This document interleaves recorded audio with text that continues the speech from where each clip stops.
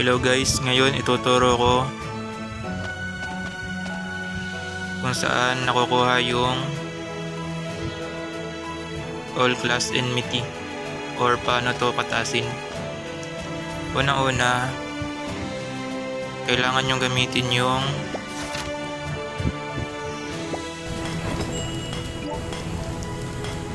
Titan. Nasa mode core siya. Tapos kailangan nyo itong palakasin. Gawin nyo yung level 7.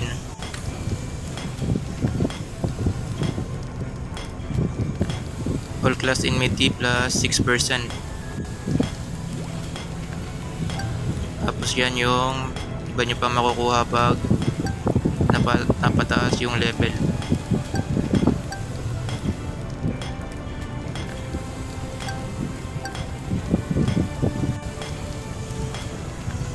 Pangalawa, sa Pogle formation dapat nandito si Usanya. Dapat ma-activate.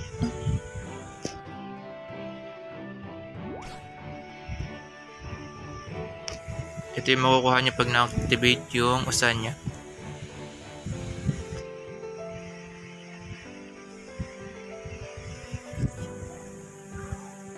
Meron siyang all class enmity plus 12%. Dapat mapataas nyo din yung level, star level ni Hellblade para mas mataas yung makuha nyong all class enmity.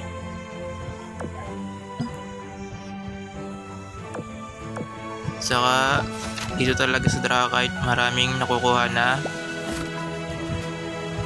all class enmity.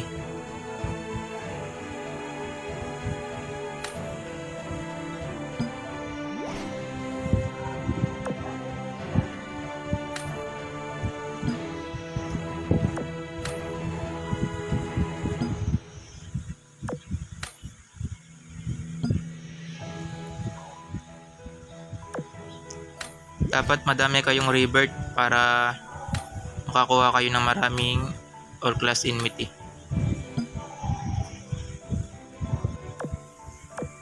Ang total pa lang ng all class enmity ko ay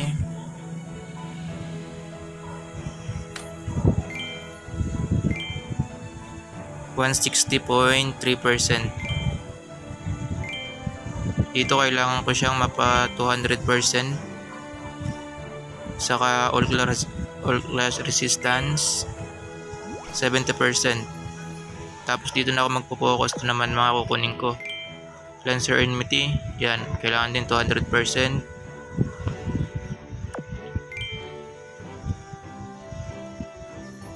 Lancer resistance 70%.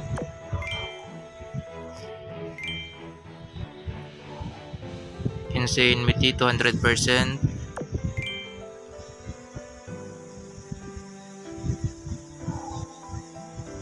Cancer resistance 70%.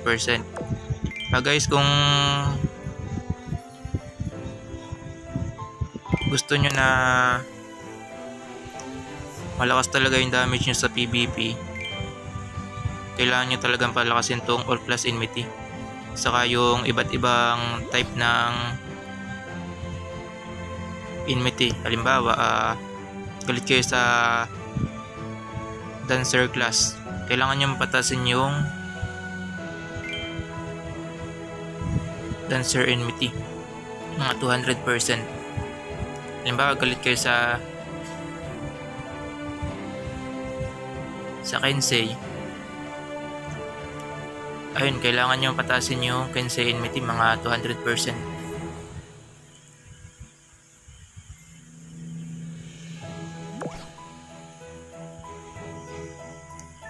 Yun lang muna guys.